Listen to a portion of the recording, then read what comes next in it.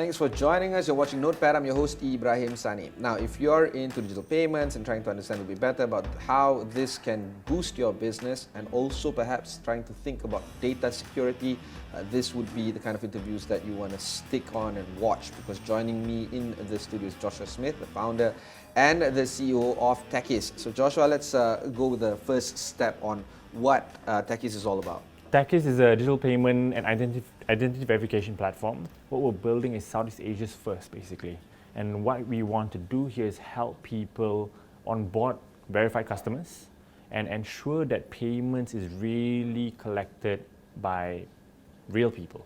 Okay. So, irregardless of your personnel that are transacting with you, you want to make sure that you're dealing with a real customer. And the customers also want to know that they are they're dealing with a company that is really prioritizing their safety and security. Okay, what is the difference between you and other solutions providers that are currently in the market right now? So, there are a lot of segmented payment providers and verification providers also. What we do differently is combine these two verticals, I would say, eKYC and digital payments, by ensuring small business, medium business, or even enterprises come to us with a one approach solution. We have a solution where you have just two APIs, one for eKYC, one for payments, and you onboard yourself with this whole flow with one merchant. Okay. If you're a company looking to do verification and payments a year ago or 2 years ago, without Tekkis, you'd have to go to two different merchants, sign two different NDAs, two different merchant agreements, and onboard yourself. Okay. And then get these services populated in your platform. Okay. Do you feel that the market is going to be rough, considering that economic conditions are facing a lot of headwinds right now? Definitely. I mean, there's a post-lag for B40 recovery after COVID, right? Okay. Looking at that landscape and how budget reforms are coming about for 2023, it's definitely going to be tough. And that's why we're here trying to provide a solution to minimize that effect to most small businesses. And why I say that, because Tekkis' business model is, we pride ourselves on pay-per-transaction, no setup fee, no annual fee, no monthly fee. Basically, you just use for what you pay, and how we simplified it to make it more efficient in terms of onboarding. And that allows people to, forego that setup fee, which a lot of small businesses care about actually. We just talked to a few potential clients, and one of the things, putting themselves in the place of a big business, they would say, oh, it's a small amount. But for them, it can be a very big amount to onboard a service without knowing the outcome. They don't know their CAC, they don't know their specific LTV of that particular customer. So spending a few thousand ringgit to have that service on board without knowing the outcome is a bit tough for small businesses. CAC being the customer acquisition cost, LTV being the lifetime value of the customer. Exactly. And of course, we're looking at companies that might not necessarily be savvy enough to understand all this. Exactly. So does this mean that in order for you to grow your business, you also have to take on that whole education aspect as well? Exactly, and that's why we've just launched news.tekkis.com.my, and in that portal itself, we'll be going through a lot of these things on best practices for security. Okay. Why you need eKYC if you're an e-commerce business. Yeah. A lot of e-commerce business think like, okay, I'm just collecting payments, I'm selling someone something,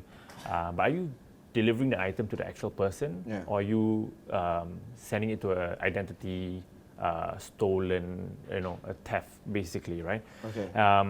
And then we're also looking at, ensuring the importance of data, because we have this beautiful dashboard at the end of the day that allows our business partners to see how many verified customers come on board, what their collections are like, and where they're shopping from. Okay. And this all holds value to the lifetime value of that end user for the business. All right. On a company basis, how's Tekkis coming about? How many people do you have? What kind of solutions are you working on? And what are the results that you can share with us right now? So we just launched actually on the 8th of September. And in that time, we were working already beta testing with a lot of customers. Primary use case is logistic companies because they want to verify customers and collect payments from them. A lot of government entities, because our main investor is High-Tech Padu, so we're also leveraging their clients. We have 10 people on board now, full-time. We've also leveraged a lot of part-time freelancers to minimize costs as a startup. So total headcount, I would say, is about 16 at this point of time. And I can't share the actual figures with you in terms of like our revenue, but do know that our transactions are growing on a monthly basis of 14 to 15%. Okay, and where's the knowledge base coming from? Are you guys having a background in this particular space, or are you learning on the go? What's the story? So my background is in engineering, so always that problem-solving mindset is there. But my team is also very adept. Like we have a variety of backgrounds in this industry. Payments, we've got a payments expert who built a e-government solution. We've employed that person. We've got a eKYC machine learning specialist in the team also that foresees the whole architecture of how we should use algorithms to make sure that there are no deep fakes, for example, or no scams on document landmarks, for example. So the team is very diverse, from operations to tech to data, and myself doing the business portion of it. But I'm also a techie at heart, so that all brings together a very nice sequence, I would say, like a fusion of identities to make that team very diverse. Okay, we'll go for one short break. When we come back, we'll discuss a little bit more with Joshua Smith of Tekkis.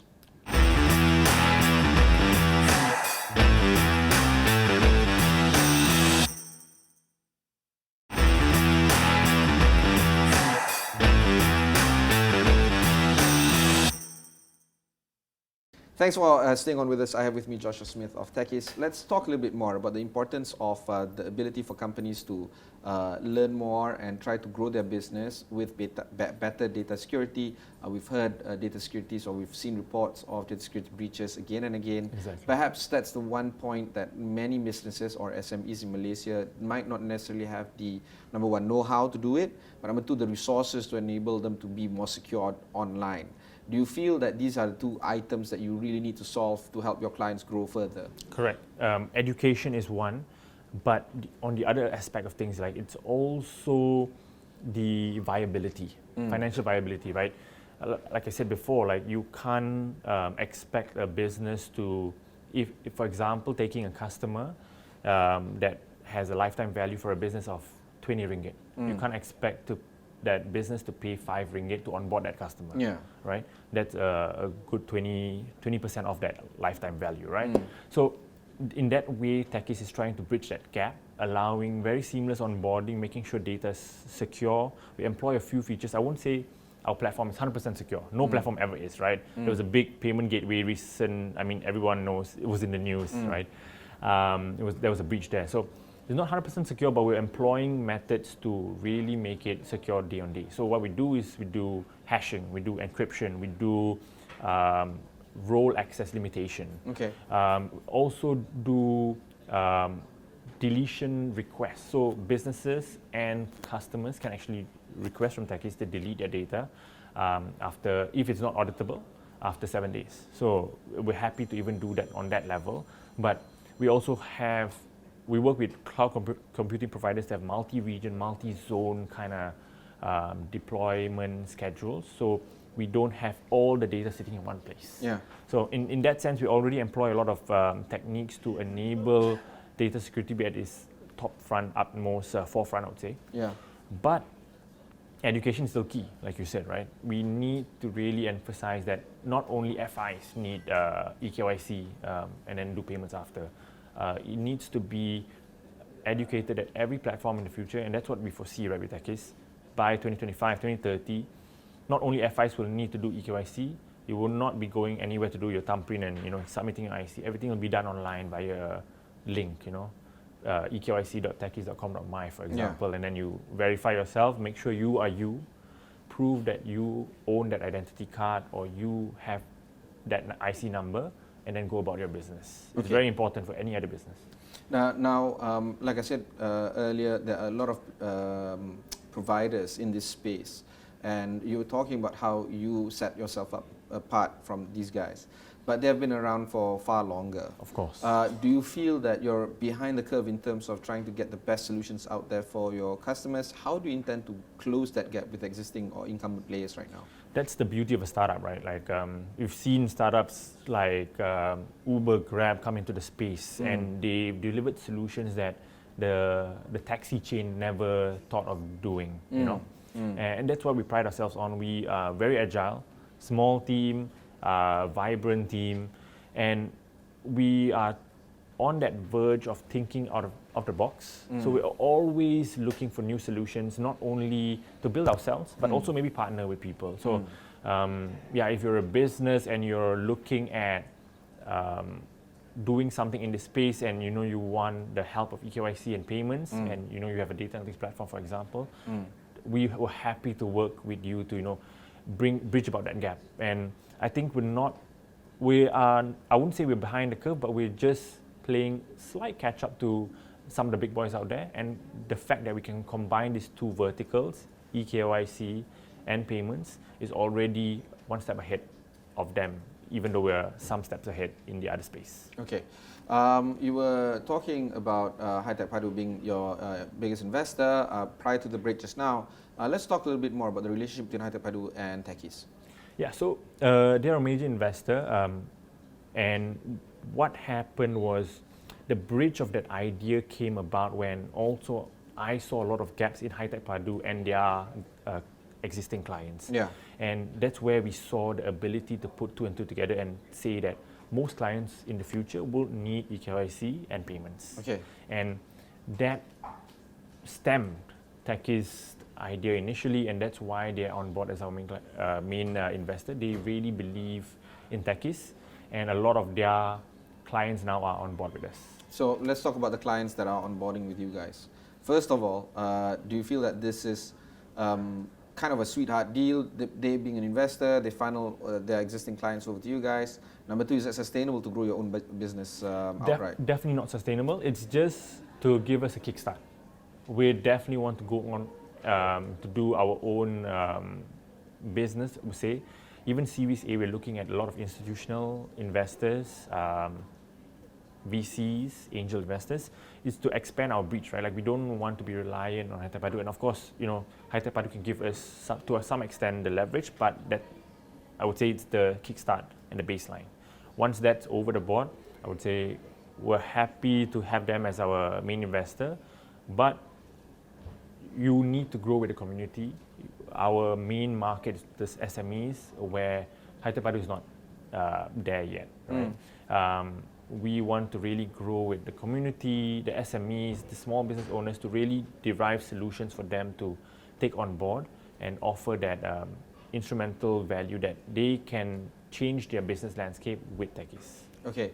And of course, we're looking at, you were alluding to Series A. What would be the timeline when it comes to, say, trying to get more funding, especially now when VCs are a little bit more careful about who they spend, how much they spend on? Exactly. I'm sure it's going to be a tough environment for you to grow. Is this the right time to grow your startup? Definitely a very challenging time, Ibrahim. We're looking at doing a Series A round end of next year. It might be a bit sooner, but looking at the market situation at this point of time, you're right, totally right. It might not be the best scenario. So we want to actually be on the verge of profitability, which a lot of VCs look for now. Yeah. And then go for Series A. Okay. Yeah. So that might be very tough, because I'm sure you guys have a lot of cost. You guys are, at the very least, your own customer acquisition cost, not your clients' CAC. But that will be a bit more tough on your end, no? Correct. And therefore, you're actually inhibiting yourself from finding funds to fund your growth. Is that a fair statement? It's I think let's put it this way. It's not we don't need that funds to grow exponentially, because the market is already there. People are looking for these services. So instead of us reaching out, the likelihood of people reaching inbound basically to us is 5 to 1, right? So the market is there, we're ready to grow. It's just about developing the best solution out there funneling some funds into R&D, and that's what we're doing at this point, and we have enough funds to do that. Okay, we'll go for one more short break. When we come back, we'll discuss a little bit more with techies.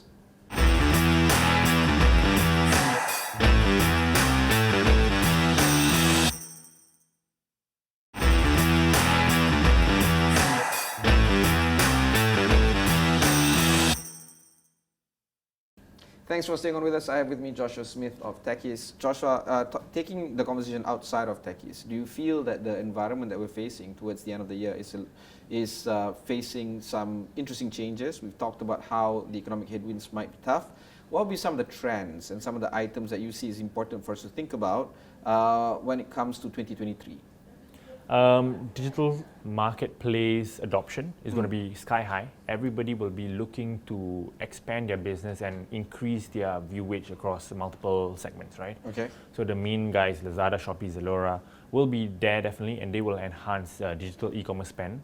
If you look at the trend, 14 billion was spent on the internet economy in Malaysia alone, USD. What, last year? 2020. Oh, okay. So 2021 was 21 million. Okay. 21 billion. Yeah. So that is a 47% jump in that span, right? And we're looking at the same or similar kind of growth through for this year.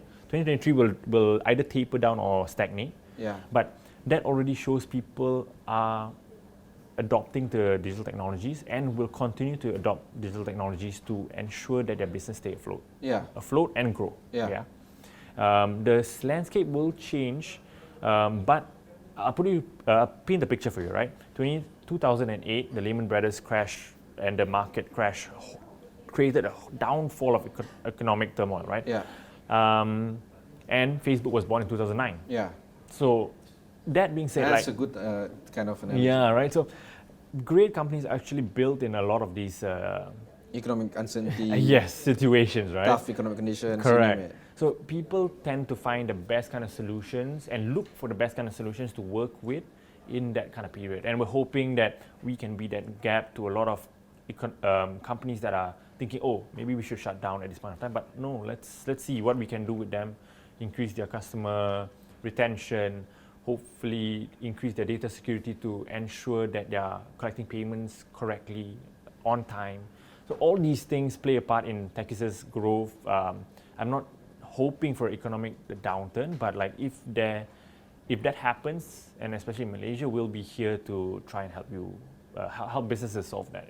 Other than this economic trend of digital adoption, what would be some of the trends or themes that you feel is important for us to discuss? Data security, definitely one. Identity theft, number two.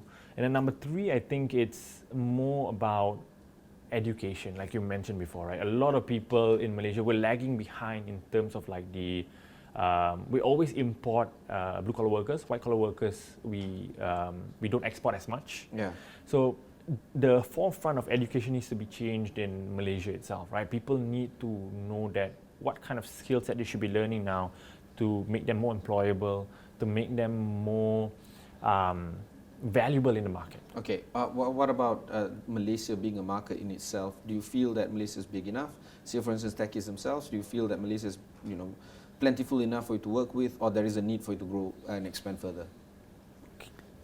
33 million population. It's a great test bed. There about 85% of the 900,000 businesses in Malaysia are SMEs. So there are a lot of opportunities to grow. But that being said, we're building Southeast Asia's first unified digital payments and identity verification platform, right? The potential of Southeast Asia is so much bigger. We're already in talks with the likes of partners in Singapore, Indonesia, Philippines to expand further in terms of payments and identity verification. So yes, Malaysia is a great place to be to start, to grow for the first 1-2 years. That's what we're committed to do to help Malaysian businesses. But we're not closing that door on expanding in the near future or post that 2 years to Southeast Asia. Fantastic. I wish really all the best for you guys. Thank you so much, Ibrahim. And of course, if you learn more about Tekkis, just head on to their website or their socials and find out more there. There are plenty of interviews like this that can be found on Notepad. Just go to astro.com, look for Notepad. In this case, look for Tekkis as well. Until then, thanks very much for watching and goodbye.